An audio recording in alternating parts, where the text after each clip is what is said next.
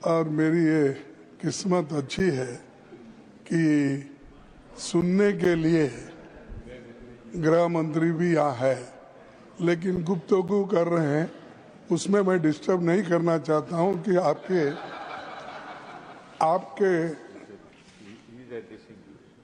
No वो तो सुन रहे हैं। ऐसा रहता है, एक आंख सुनने का है, एक आंख देखने का, कान, तो वो उसमें तो सब तरफ देखते रहते हैं। नहीं तो होम मिनिस्ट्री चलाते कैसा, लोगों को ईडी में डालते कैसा, सीबीआई कैसा चलाते हैं, ये सब बहुत उसमें तो माहिर रहे हूँ। सर, मैं ज़्यादा बात नहीं करना चाहता हूँ, घंटों से आपने मेरे को जो भी 10-15 मिनट दे दी है उसमें मैं ख़त्म करता हूँ। सर, ये वक्फ बोर्ड अमेंडमेंट बिल जो है, इसके बारे में सारे देश में एक ऐसा माहौल बना है कि माइनॉरिटीज को तंग करने के लिए ये बिल लाया गया है। और ऐसा कोई बहुत से बदलाव अगर 95 के एक्ट से होते थे, 1995 के एक्ट से, तो हम मान लेते थे। जो वहाँ है इसमें डाल दिए, और जो नहीं डालना चाहिए ऐसे चीजें डाल दिए। मेरे पास तो कंपैरेटिव स्टेटमेंट है, हर अगर मैं बोलते कहूँ इस पर तो वक्त बहुत लगेगा। मैं ये 3 कॉलम बनाया हूँ कि पहले क्या था फॉर्मेशन, अब बीच में 95 में क्या था, इन्होंने क्या बदलाव किया, ऐसे सारे चीजें आपके सामने मैं रखने की कोशिश तो नहीं करूंगा, क्योंकि टाइम कम रहने की वजह से, और बिल को पास करना भी है आपको, तो इसलिए ये जो इतने लोग अपोज कर रहे हैं, और आपको देखिए इवन पार्लियामेंट में भी जो आपने कोशिश की सबसे मिलके इसको पास कराने के लिए, लोकसभा में, तो ये बिल पास हुआ कितने में, इनके पक्ष में 288 आए और विरोध में 232 आए। ऐसा कौन सा, यानी सभी लोग इसको एक्सेप्ट किए। इसका मतलब यह है इसमें कमियां हैं, खामियां हैं, इसको आप ये देखना चाहिए। अगर हम लोग जो हम करते हैं वही सही, जिसकी लाठी उसकी भैंस अगर करते गए तो सर ये किसी के लिए ठीक नहीं होगा। और दूसरी बात ये है कि ये वक्त एक डोनेशन का, यानी दान का बिल है, ये कोई और तरीके से पैसे लाने के लिए या पैसे जमा करने के लिए नहीं है।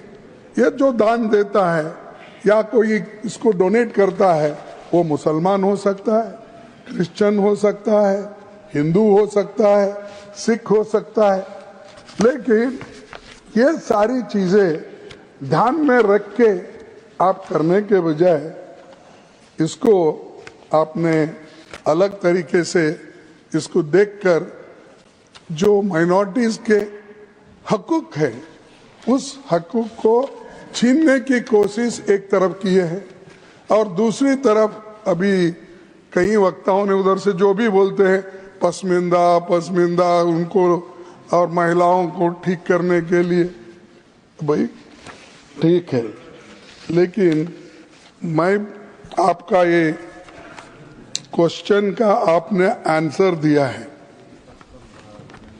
यानी आपके डिपार्टमेंट, माइनॉरिटीज के डिपार्टमेंट को आपने कितने पैसे अलॉटमेंट किया माइनॉरिटीज के लिए और कितना खर्च किया, और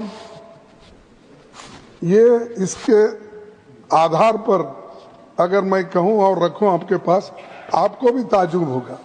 सर, एक 18,274 रुपए 74 करोड़ रुपए इन्होंने अलोकेशन किया 5 साल, जिसमें 3,574 करोड़ खर्च नहीं हुए। ये इनका गरीबों के वास्ते जो उनका जो सोच है इससे मालूम होता है। और उसमें और भी बजट कम करते करते करते गए। 1920 में 4,700 और 2020 में 2019 हाँ 2019-20 तो उसमें इन्होंने 4,700 करोड़ रखा था, वो भी खर्च नहीं करे। 194 करोड़ उसमें बाकी रखे। 2021 में 4,005 तो उसमें भी फिर अनस्पेंट मनी 6 करोड़।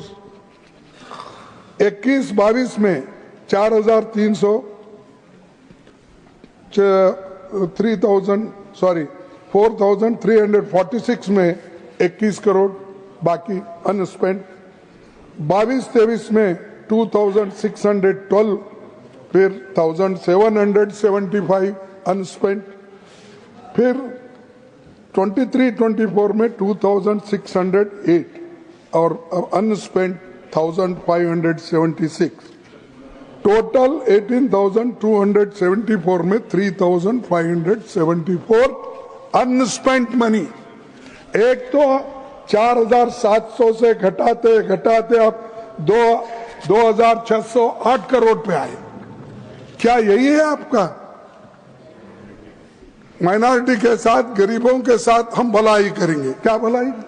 एक तरफ बजट काट रहे हो, दूसरे तरफ 250 बजट को आप खर्च नहीं कर रहे।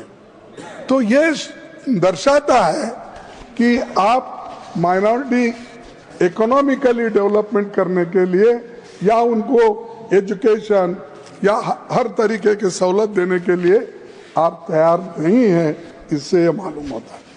और उनके जो 5 ये आपने पहले बजट में बताया था, तो 5 उनके स्कीम को बंद कर दिए। 5 स्कीम्स, एक मौलाना आजाद नेशनल फेलोशिप को बंद कर दिए, इंटरेस्ट सब्सिडी एजुकेशन को देने का लोन वो भी बंद कर दिए, फ्री कोचिंग को बंद कर दिए, सपोर्ट फॉर स्टूडेंट्स वो भी बंद कर दिए। उसके बाद scheme for providing education in मदरसाज minorities वो भी बंद कर दिए।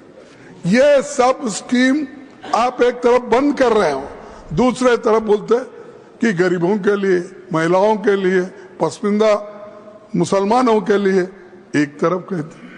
अरे आप कम से कम इसको रिव्यू करके आप खर्च नहीं कर सकते?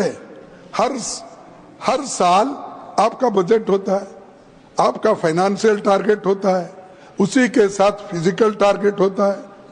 तो आप देखने वाले नहीं हैं और बात तो बड़ी बड़ी करते हैं।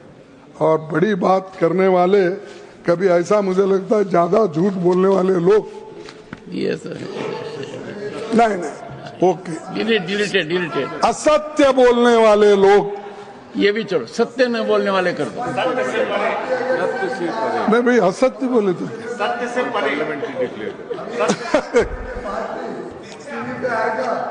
तो वही बात होता है कि जहाँ से आज का दिन शुरू हुआ था। माननीय पीयूष गोयल जी, घनश्याम तिवारी जी के अध्यक्षता में जो इथिक्स कमेटी है वो इसको एग्जामिन कर रही है।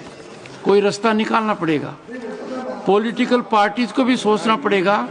उनके कोई सदस्य का आचरण ऐसा हो जाए तो कैसे काउंसलिंग की जाए, क्या नतीजा निकले। माननीय leader of the opposition. Sir देखिए, 1995 एक्ट को इन्होंने सर्वसम्मति से उसको स्वीकार किया। आज वही लोग कहते हैं कि वो ठीक नहीं है, हम नया कानून बना रहे हैं वो गरीबों के लिए, माइनॉरिटीज के लिए। तो उसके बाद में उनके जो भी लीडर्स है, मैं नाम पढ़ सकता हूं, लेकिन जरूरत नहीं, क्योंकि इसके पहले हमारे नासिर साहब ने बताया पार्लियामेंट में कौन सपोर्ट करे, राज्यसभा में कौन सपोर्ट करे, इनके लोग प्रेजेंट थे। आपने स्वीकार किया, रिकॉर्ड में है, फिर भी आप फिर उसको ये कहना चाहते हैं कि हमने नया लाया। नया कुछ नहीं है इसमें, एक्सेप्ट जो आपने लोगों को तबाह करने के लिए जो क्लॉजेस डाल दिए हैं वो आपने किया है। अब देखिए, सर्वे commissioner and additional commissioner appointed to conduct the preliminary survey of work properties. आपने क्या कहा? Replace the survey commissioner with the government officer above the rank of collector. यानी कलेक्टर के हाथ में दिए। तो इलेक्टेड डेमोक्रेसी में तो इलेक्टेड मेंबर्स ठीक है ना सर? तो इलेक्टेड मेंबर्स को निकाल के वो ऑल मुस्लिम्स इलेक्टेड मेंबर रहते, अब ऑल नॉमिनेटेड, यानी सत्ता अपने हाथ में लेने के लिए ये बात आप कर रहे हैं, ये बात कर रहे हैं। तो इसीलिए ये इनका इंटेंशन ठीक नहीं है, इरादा ठीक नहीं है। ये ऐसा ही अब वक्फ बोर्ड के प्रॉपर्टीज को जमा करके इसका एक लैंड बैंक बना के क्या किसी बड़े ने बिजनेसमैन को देते, कॉर्पोरेट को देते, मुझे मालूम नहीं, क्योंकि अभी बाहर नहीं आया। अब गवर्नमेंट का ही बेच रहे हैं, ऑल पब्लिक सेक्टर्स बेच रहे हैं। अब ये तो छोड़िए, मुफ्त में मिला तो सबको खिलाएंगे बफे सिस्टम के जैसा, जो पहले आएगा वो खा लेगा। तो अदानी, अंबानी ऐसे लोगों को खिलाएंगे। तो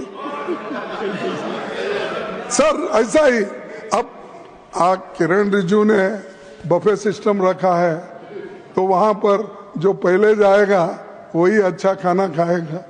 लास्ट में अगर हम पहुंचेंगे कुछ भी नहीं रहेगा। ये ऐसा ही है इनका। तो ये अरे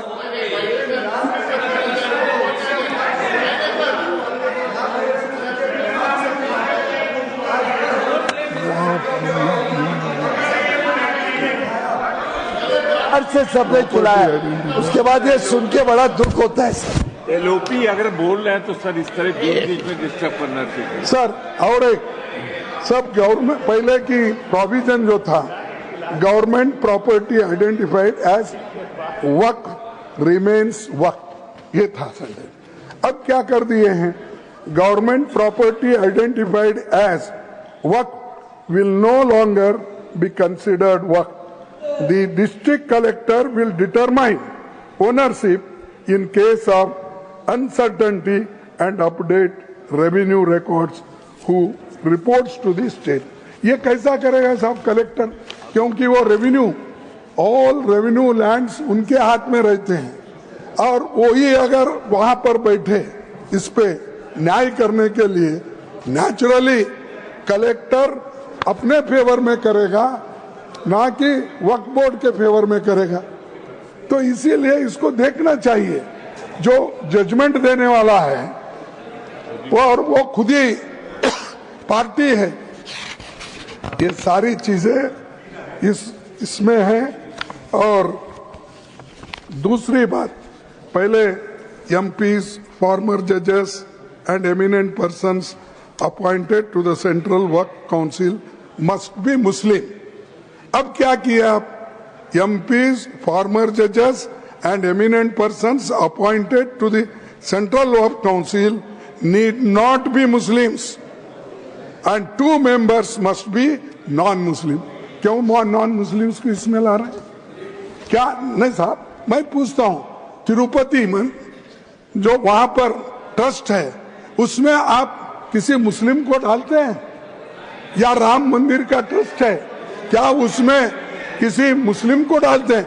मुस्लिम तो छोड़ो, मैं हिंदू हूं, मेरे जैसे दलित समाज के लोगों को भी उस ट्रस्टी में नहीं रखते हैं आप। किसी भी इतने मंदिर, इतने ये है, किसी में भी शेड्यूल कास्ट लोगों के लिए नहीं। इसीलिए तो मैं स्पेशल लिख के आपसे मांग, मैं ज्यादा कुछ नहीं बोलता, और 5 मिनट 2 मिनट बोल लूंगा, खत्म कर। तो क्या, अरे भाई सर ये देखो, ये लखनऊ के है और इनके सब नेबर्स मुस्लिम है, कम से कम इन्हों प्रोटेक्ट करना चाहिए, इन्हों तो प्रोटेक्ट करना चाहिए। तो तहजीब का सबसे बड़ा वो रहता है सर ये, और अब क्या कर दिए कि मुसलमानों को निकाल दिए, नॉन मुस्लिम्स को डाल रहे। क्या यही चीज हिंदुओं के लिए करते हैं? क्या यही चीज सिखों के लिए करते हैं, जैन्स के लिए करते हैं? ये बुद्धिस्ट में आज वो डिवाइड कर दिए। अरे हर जगह की जो जिस फेथ में विश्वास रखते हैं उस फेथ के लोगों को ही वहां मेंबर बनाया जाता है। तो वहां पर क्यों बुद्ध गया में आज झगड़ा चल रहा है, और बुद्ध गया में वो बौद्धिस्ट लोगों को आप वापस दो, ये कहना दुनिया के लोगों का है, सिर्फ इस देश के लोगों का नहीं है। Japan, China, Cambodia, Thailand, Myanmar, Sri Lanka, ये सब बोलते हैं। तो वहां पर आप न्याय नहीं देते, सब दूसरों तरफ आप घुस रहे हो हर चीज में, और मुसलमानों को तंग करने के लिए हर चीज में आप हाथ डाल रहे हैं। और तीसरी चीज मैं आपसे कहना चाहता हूं, ये उमन एटलीस्ट 2 पहले ही थे, अब आपने कौन सी ऐसी बहादुरी की या कौन सा ऐसा किया कि इसमें महिलाओं को हम 2 डालें? लेकिन वो भी क्या है, actual number of non Muslim members could be significantly higher, potentially even forming the majority. तो ये चीजें जो कर रहे हैं ये अच्छी नहीं है, इससे झगड़ा नहीं, इसमें देश में झगड़ा होता है, ये झगड़े की आप बीज डाल रहे हैं। अगर आप दबाने की कोशिश करो मुसलमानों को, ये नहीं होता साहब। आप मिट्टी में उनको दबाने की कोशिश करेंगे तो कभी वो बीज है, थैंक यू मिट्टी से फिर उठते हैं, फिर ग्रो होते हैं, फिर आपको ही ये सुलझाना पड़ता है। और मैं अपने होम मिनिस्टर से अपील करूंगा कि आप इसको विड्रॉ कर लिए, आप प्रेस्टीज इश्यू मत बनाओ। अगर गलतियां हैं तो सुधारने में क्या है, अगर ठीक नहीं है तो सही करने में क्या है। हमने इस देश का कानून बहुत दफा, इस देश का संविधान में अमेंडमेंट लाए बहुत से, तो ये करना, विड्रॉ करना ठीक है। मुसलमानों के लिए ये अच्छा नहीं है और कॉन्स्टिट्यूशन के खिलाफ है। कॉन्स्टिट्यूशन को सबको आजादी दी है, इसके बावजूद फ्रीडम ऑफ एक्सप्रेस नहीं है, फ्रीडम ऑफ प्रॉपर्टी नहीं है, दान दिए सो रख ले नहीं सकते। ये चीजें करना ये समाज के लिए ठीक नहीं। और जो शांति और सौहार्दता इस देश में है उसको आप कायम रखने की कोशिश करो, उसको छेड़ने की कोशिश मत। सर 1 मिनट लास्ट, इतना बोल के खत्म कर देता। मैं एक शायरी सुना, कभी 2 लिख लो। नजर नहीं है नजारों की बात करते हैं, नजर नहीं है नजरों की बात करते हैं। हाँ, नजर नहीं है नजारों की बात करते हैं, जमी पे चांद सितारों की बात करते हैं। वो हाथ जोड़कर बस्ती को लूटने वाले, वो हाथ जोड़कर बस्ती को लूटने वाले भरी सभा में सुधारों की बात करते हैं। श्री संजय कुमार बड़ा हसीन है सर, पूरा बोल। अच्छा पूरा नहीं गया? हाँ, बड़ा, ये शेर पूरा होने दो। वो हाथ जोड़कर बस्ती को लूटने वाले भरी सभा में सुधारों की बात करते हैं। बड़ा हसीन है उनकी जुबान की जादू, लगा के आग बाहरों की बात करते हैं। और मिली कमान तो अटकी नजर खजाने पे जमीन पे लगी, मिली कमान तो अटकी नजर खजाने पर, नदी सुखा के किनारों की बात करते हैं, नदी सुखा कर किनारों की बात करते हैं। वही गरीब बनाते हैं आम लोगों को, वही नसीब के मारों की बात करते हैं। तो इसलिए कहता हूँ श्री कम से कम अब तो संजय कुमार झा, अब नहीं, अब तो शाह साहब सुनने के बाद तो कम से कम वापिस लो।